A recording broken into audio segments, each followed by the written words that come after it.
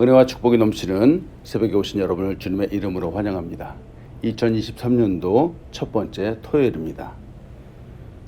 주일에 말씀드린 것처럼 우리 앞에 다소 어려운 상황들이 있을지 모르겠지만 그럼에도 불구하고 매일매일 주님의 준비하신 축복이 우리의 삶 가운데 가득하기를 축원합니다. 올해 처음부터 야고보서를 묵상하게 되었습니다. 말씀을 시작하면서 한 가지 질문을 합니다. 그리스도인은 창조주 하나님을 믿고 섬기는 사람들입니다. 그렇다면 이 믿음의 그리스도인이 참다운 그리스도인, 진짜 그리스도인으로 설 수 있는 조건은 혹시 무엇일까요? 바로 다른 사람들과 함께 있을 때입니다. 아마도 하나님과 나 자신 사이에서는 아무런 문제가 없을 겁니다.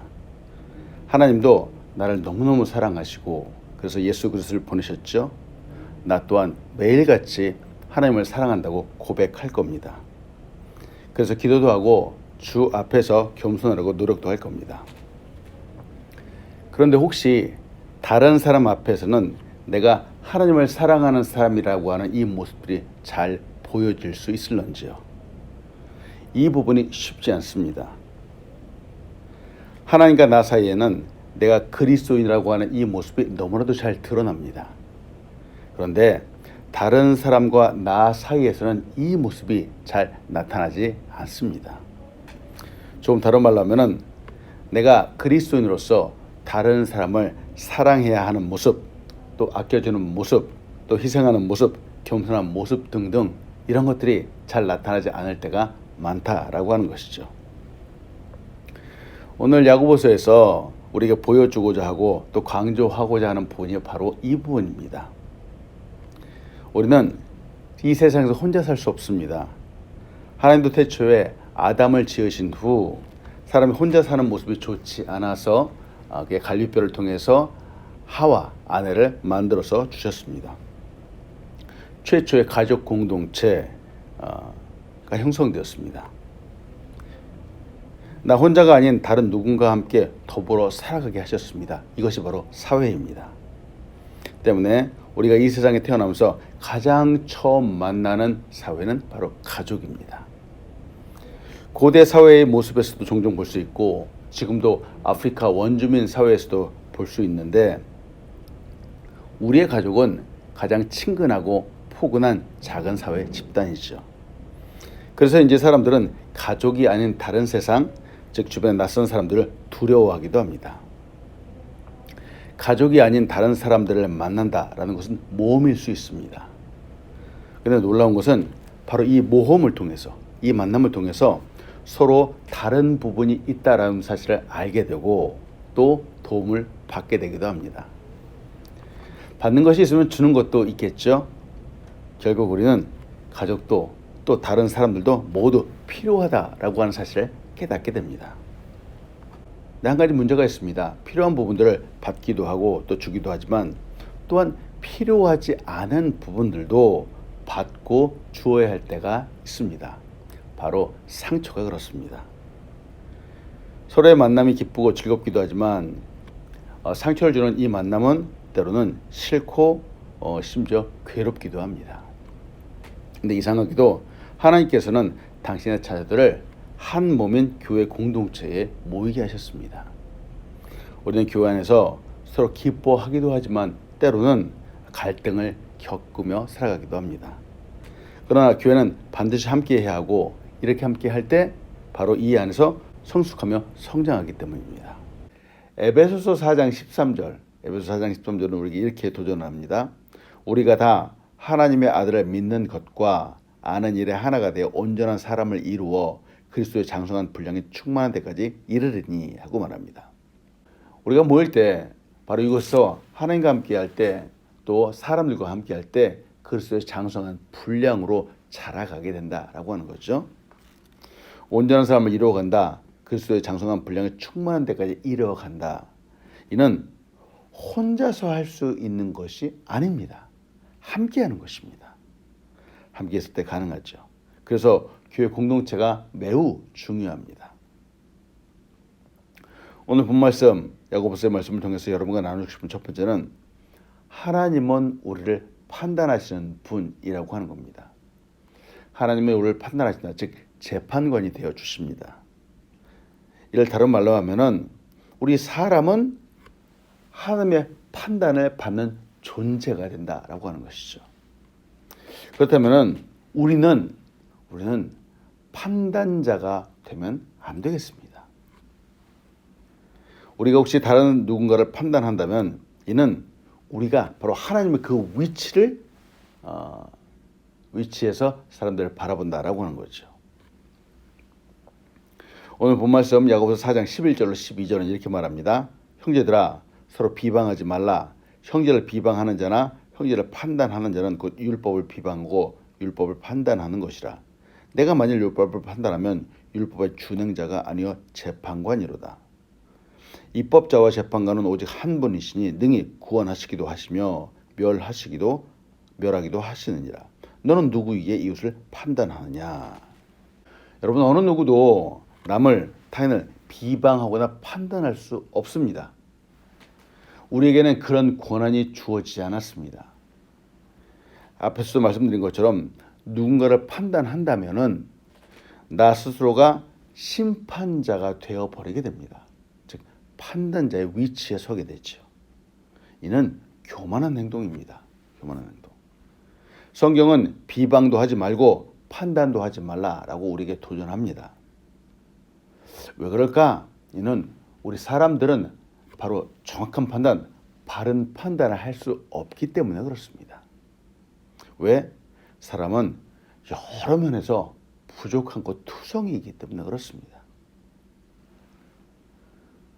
그 사람의 외모도 제대로 볼 수 없을 뿐만 아니라 가장 중요한 것은 그 사람의 내면, 속사람까지도 볼 수 없다라고 하는 겁니다. 이와 비슷하게 왜 진단한다고 하죠? 진단도 제대로 할 수 없습니다. 우리가 쉽게 만나는 의사 선생님들이 있습니다.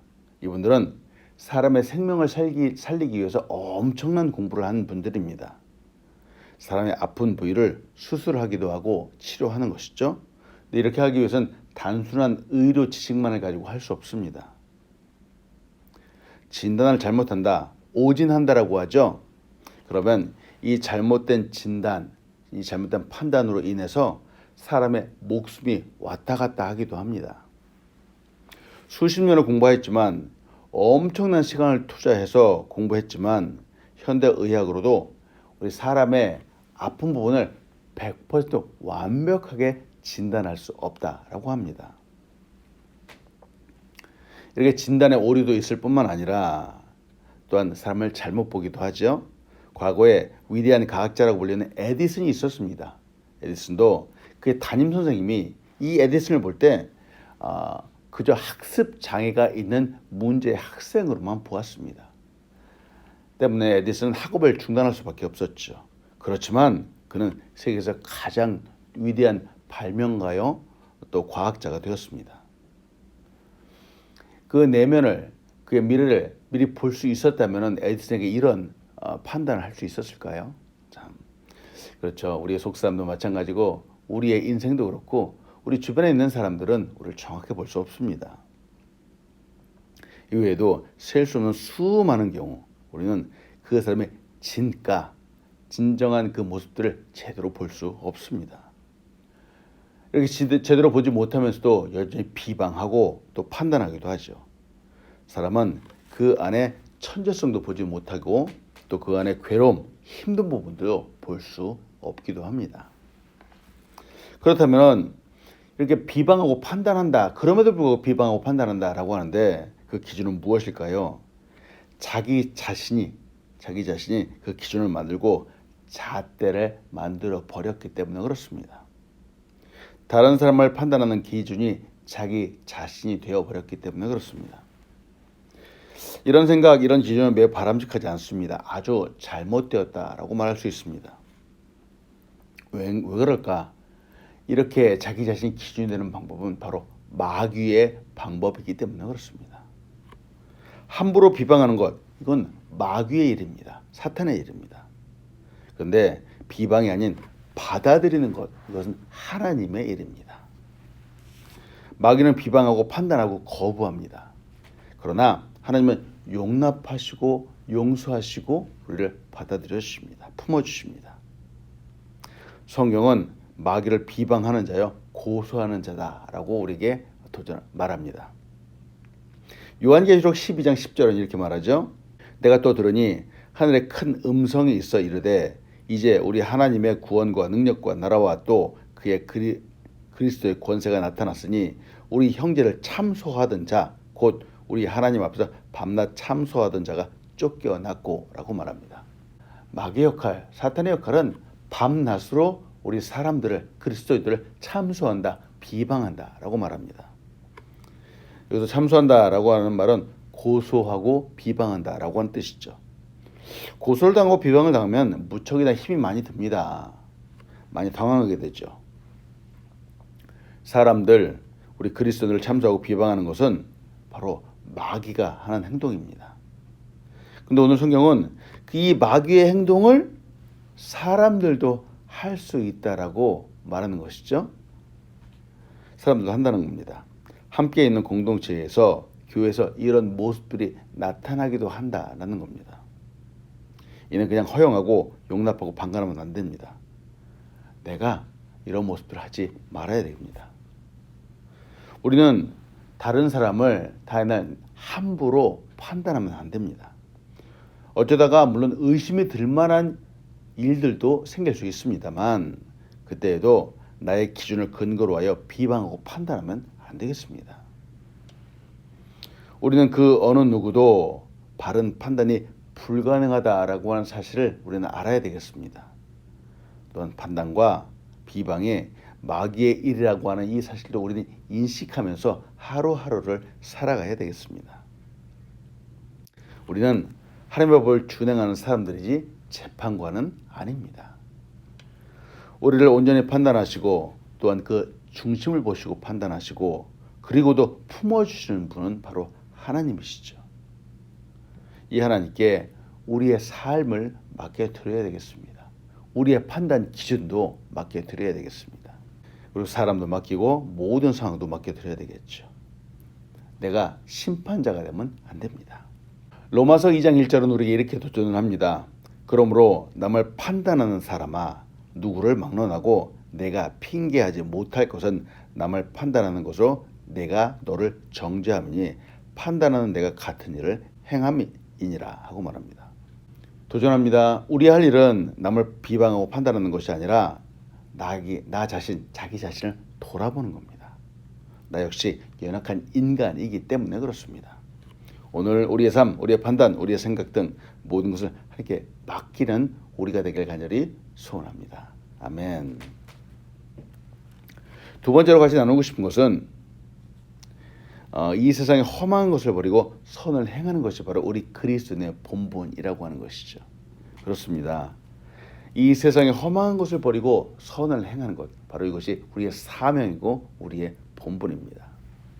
하루하루를 살아갈 때 이제 연초가 되었죠. 연초에는 1년을 잘 생각하고 계획하는 것이 중요합니다. 내일을 짜임새 있게 계획한다는 것, 이건 정말 좋은 일이다 라고 말할 수 있겠습니다. 근데 허망하게도 또 너무 거창하게도 큰 계획을 세워놓고 호언장담을 하는 사람들도 종종 있기도 합니다. 인간은 한 채 앞을 내다볼 수 없습니다. 그래서 호언장담, 세상적인 자랑은 바람직하다라고 말할 수 없습니다. 야고보서 4장 13절로 17절은 이렇게 말하죠. 들으라, 너희 중에 말하기를 오늘이나 내일이나 우리가 어떤 도시에 가서 거기서 1년을 머물며 장사하여 이익을 보리라 하는 자들아, 내일 일을 너희가 알지 못하는도다. 너희 생명이 무엇이냐? 너희는 잠깐 보이다가 없어지는 안개니라. 너희가 도리어 말하기를 주의 뜻이면 우리가 살기도 하고 이것이나 저것을 말하라 할 것이거늘 이제도 너희가 허탄한 자랑을 하니 그러한 자랑은 다 악한 것이라. 그러므로 사람이 선을 행할 줄 알고도 행하지 아니하면 죄니라. 오늘 본문에서 물질 중심적인 삶을 사는 사람, 또 인간 중심적인 삶을 사는 사람의 모습을 보게 됩니다. 소위 말해서 돈이 최고이다, 그리고 자신이 최고이다 라고 하는 그런 모습들을 보게 되죠.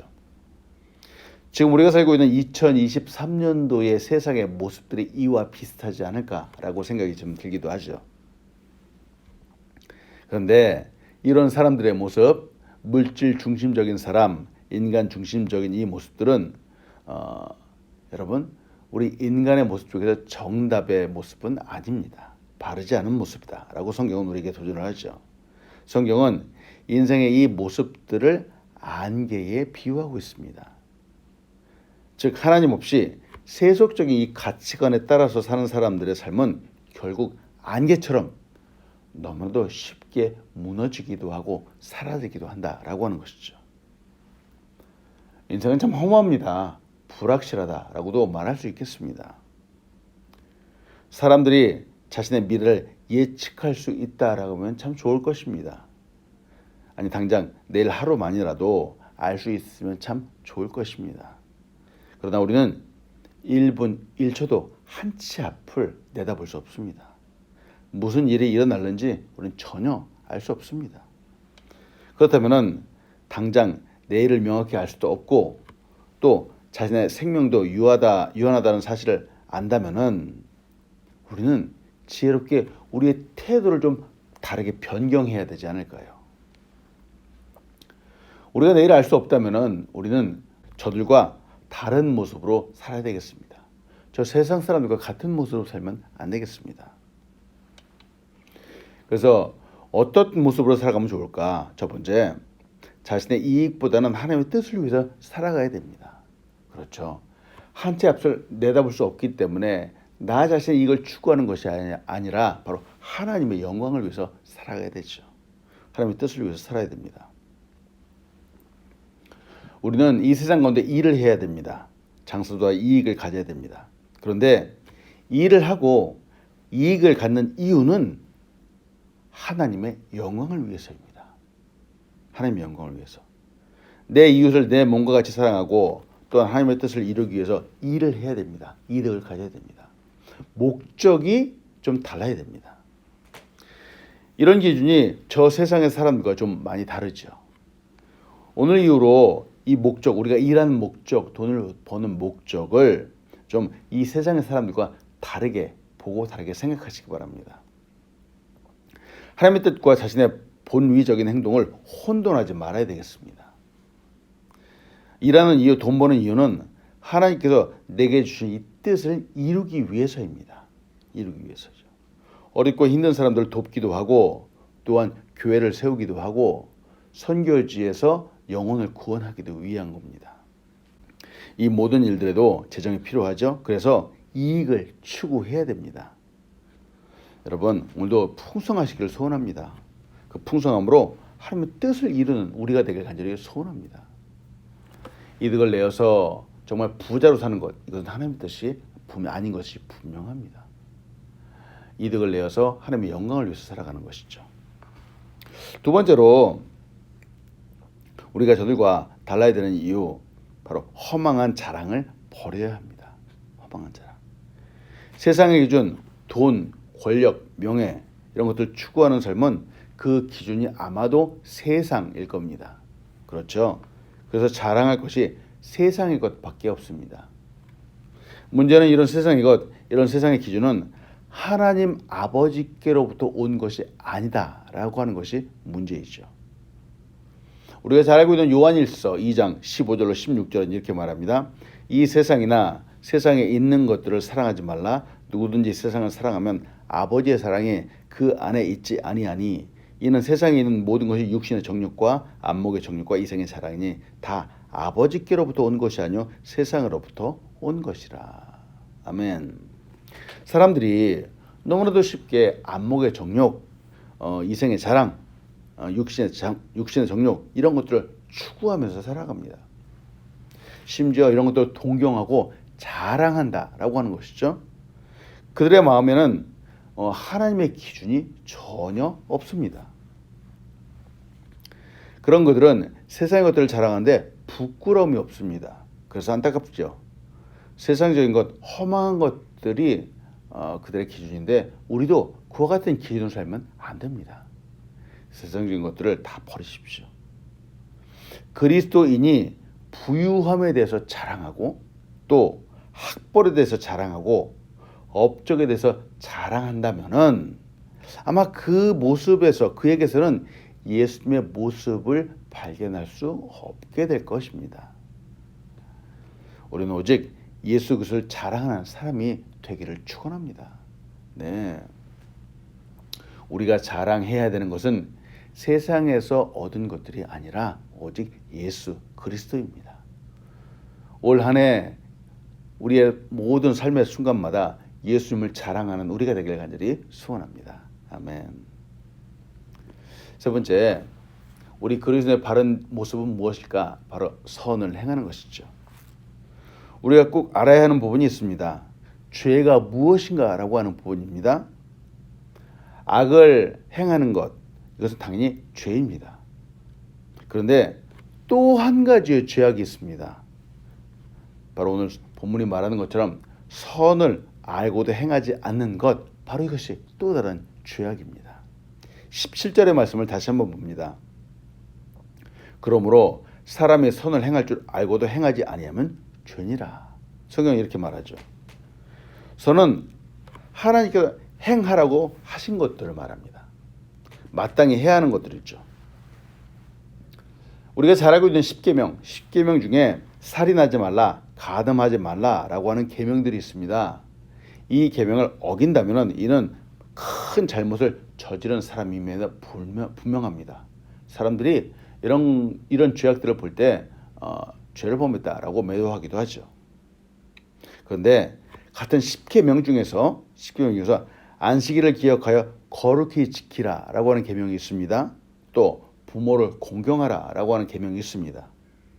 근데 이상하게도 이 계명들에 대해서는 사람들이 좀 너그럽고 관대한 마음을 갖습니다. 즉 가볍게 넘어가기도 한다라고 하는 것이죠. 주일이면은 일이 바빠서 너무 바빠서 급한 일이 생겨서 못 나왔다라고 말하기도 하죠. 그럴 때 사람들은 참 관대하게 넘어가기도 합니다. 별다른 문제를 삼지 않죠. 근데 하지만 보세요. 이게 10계명 안에 있다라고 하는 거죠. 분명히 성경을 보면서 하나님께서 계명을 주시면서 안식일에 대해서도 마찬가지고 부모 공경에 대해서도 마찬가지고 그리고 살인과 간음에 대해서도 마찬가지고 모두 동일하게 똑같은 포션으로 죄악이라고 간주하셨다라고 하는 겁니다. 우리 이 부분을 놓치면 안 되죠. 때문에 선을 행할 줄 알고도 행하지 않으면 하나님은 이것이 죄악이다라고 우리에게 말씀하신다라고 하는 겁니다. 때문에 우리는 선을 행하는 것 이것이 무엇인지 분명히 알아야 되고요. 더구나 죄를 범하지 않는 것뿐만이 아니라 하나님께서 하라고 하신 것들을 반드시 이루어야 되겠습니다. 때문에 올 한 해도 이 말씀을 꼭 붙잡으시기 바랍니다. 말씀 마칩니다.